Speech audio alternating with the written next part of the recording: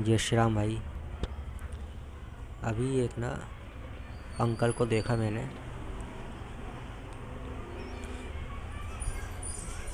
बात कर रहे थे किसी से, अपने बेटे से बात कर रहे थे। स्पीकर पे फ़ोन था, गाली बक रहे हैं। बेटा वहाँ से भरा बुला बोल रहा है अपने बाप को। ठीक है, जो बोओगे वही पाओगे ना। पांडव चाहिए तो पांडु बनना पड़ेगा। अब कई लोगों ने बोला गांडू। सोच, इंसान की सोच ऐसी ही है। देखो,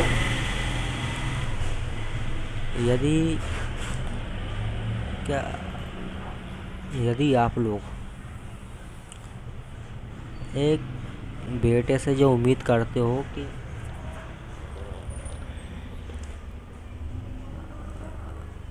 राम जैसा बेटा तो सबको चाहिए, लेकिन दशरथ किसी को नहीं बनना। दशरथ जैसा बाप सबको चाहिए, लेकिन राम किसी को नहीं बनना। लक्ष्मण जैसा भाई चाहिए, लेकिन राम किसी को नहीं बनना। मैं क्यों बोलता हूँ दारू मत पियो? इसलिए बोलता हूँ मैं, क्योंकि आपकी आत्मा तो यही चाहती है, आपकी आत्मा तो यही चाहती है कि जो सही है वही हो, है ना। लेकिन यदि आप लोग को बेटा चाहिए राम जैसा, तो दशरथ तो आपको बनना पड़ेगा। अब आप चाहो कि आप अपने बेटे को मारो, पीटो, भला बुरा बोलो, दारू पी के आओ, अपनी बीवी को मारे, वो औलाद आपको इस तरीके से देखे और आप उससे उम्मीद करो कि वो राम जैसा बन जाए, कैसा होगा? दशरथ तो आपको ही बनना पड़ेगा ना। और यही चीज़ मैं आप लोगों से बोलता हूँ कि आप भी यही काम कर रहे हो, तो फिर आपको कैसे राम जैसा पुत्र मिल जाएगा? यदि आपको दशरथ जैसा पिता चाहिए, तो राम जैसा बनना पड़ेगा। यदि आपको राम जैसे पुत्र चाहिए, तो दशरथ आपको बनना पड़ेगा। अब बात जा आती ना कि कैसे बने। कोई मेहनत मजदूरी कर रहा है, कोई किसी कंपनी में काम कर रहा है। यार, काम काम है, वो आपको थोड़ी रोक देता है कुछ करने से, बनने से। काम काम होता है, काम अपनी जगह होता है। आपका आचरण, आपका व्यवहार, आपको आज क्या करना है वो तो आपके ऊपर है ना। देखो, दारू नहीं हो सकती बंद, कभी कभी भी बंद नहीं हो सकती दारू। ना गांजा कभी बंद हो सकता है। आपको पता है राम मंदिर अभी ही क्यों बना? क्योंकि राम जी को ही पता था कि ये लास्ट जनरेशन है जो मुझे उधर पे स्थापित कर सकती है। आने वाली जनरेशन तो हिजड़ी है, बोले तो हिजड़ा है। वो भी अच्छे होते हैं, कमज़ोरी की निशानी नहीं है। हिजड़ा, हिजड़ी, जो भी बोलते हैं, बस एक कहावत है, उस हिसाब से मैंने बोला है। बोले तो ना मर्द है आजकल की जनरेशन। इसलिए राम जी ने उधर पे स्थापित होने का सोचा, क्योंकि जो मोदी जी वाली जनरेशन है, जो योगी जी वाली जनरेशन है, वो लास्ट है। वो जनरेशन लास्ट है। अभी की जनरेशन कॉम्प्रोमाइज़ करना सीख गई है। किसी की बहन के साथ रेप हो जाता है तो वो बड़े ही आसानी से कॉम्प्रोमाइज़ कर लेता है। किसी के फैमिली में किसी के द्वारा हत्या कर दी जाती है तो वो बड़ी ही आसानी से कॉम्प्रोमाइज़ कर लेता है। कानून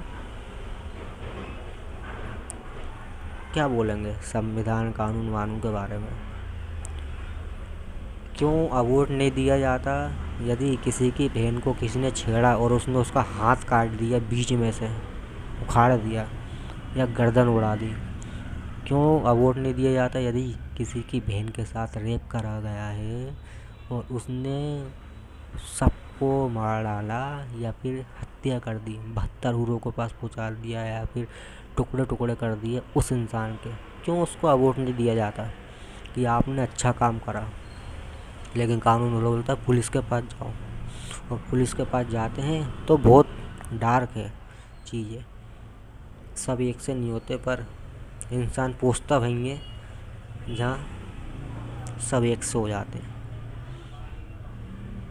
उसकी बहन के साथ गलत हुआ है, वो इंतजार करेगा कानून के भरोसे रह के, मिलेगा कभी तो इंसाफ मिलेगा। क्यों उसको वोट नहीं दिया जाता कि उसने उसको बीच सड़क पे उसके 2 टुकड़े कर दिए, उसको तो वोट मिलना चाहिए। लेकिन कानून ठीक है, हो गया।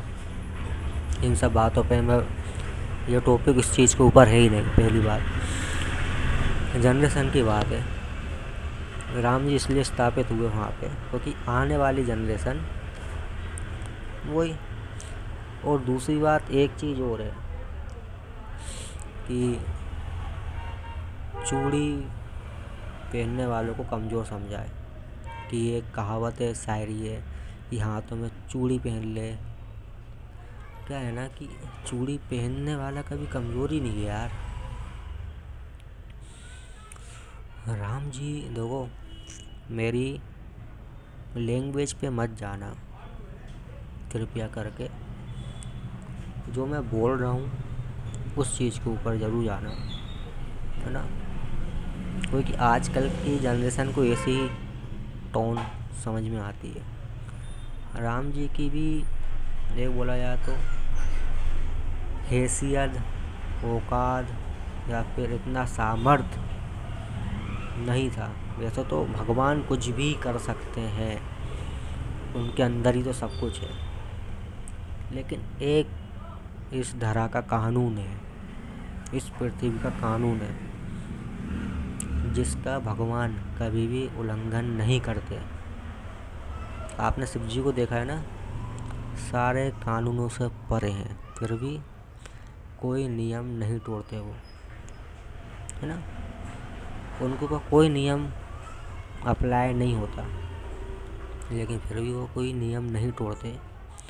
मैं ज्ञान नहीं चोद रहा हूँ आप लोग को, बस बोल रहा हूँ, सुनने वाले सुने। मैं आज भी बोल रहा हूँ कि मैं वीडियो कोई फॉलोवर्स, किसी व्यूज़ के चक्कर में नहीं बनाता हूँ। मुझे अच्छा लगता है, मैं बनाता हूँ, ठीक है। अब एक बात और, वही चूड़ी पहनने वाली महिला के द्वारा राम जी इस धरा पर आए तो वो कमज़ोर कैसे हो सकती है। वही चूड़ी पहनने वाली महिला के द्वारा आप इस दुनिया में आए हो।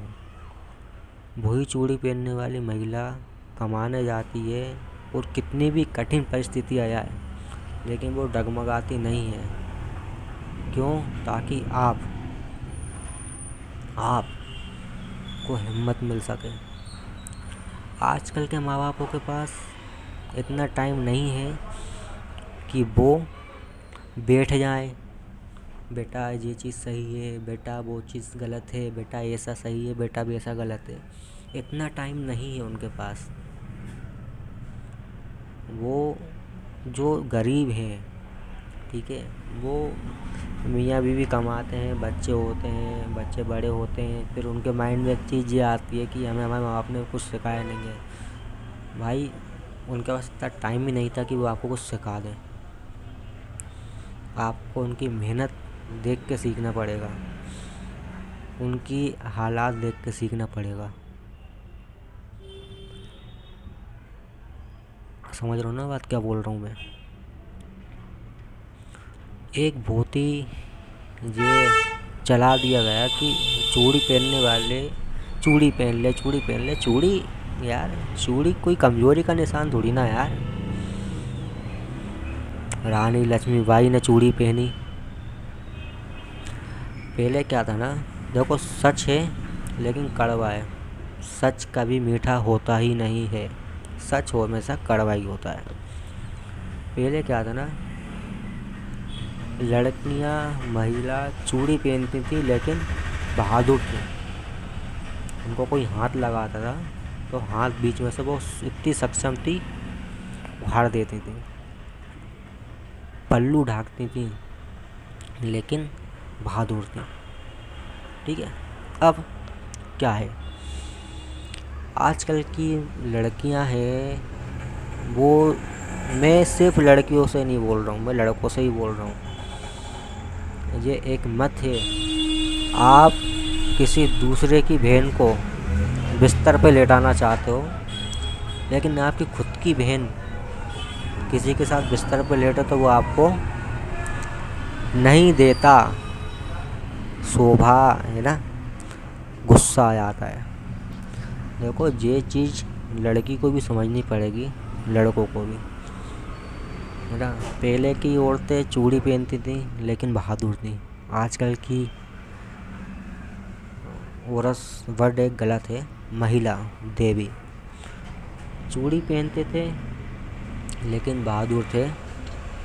क्योंकि ये एक मिथ्य बना दी गया, इसलिए मैं ये चूड़ी के ऊपर बात कर रहा हूँ मैं, है ना, लड़कियों के ऊपर बात कर रहा हूँ। बाकी अपनी इतनी औकात नहीं है। ठीक है। आज क्या है ना कि चूड़ी नहीं पहनना है लेकिन परी बनना है। लेकिन अपनी बेटियों को परी बनाना छोड़ दो। एक मिनट,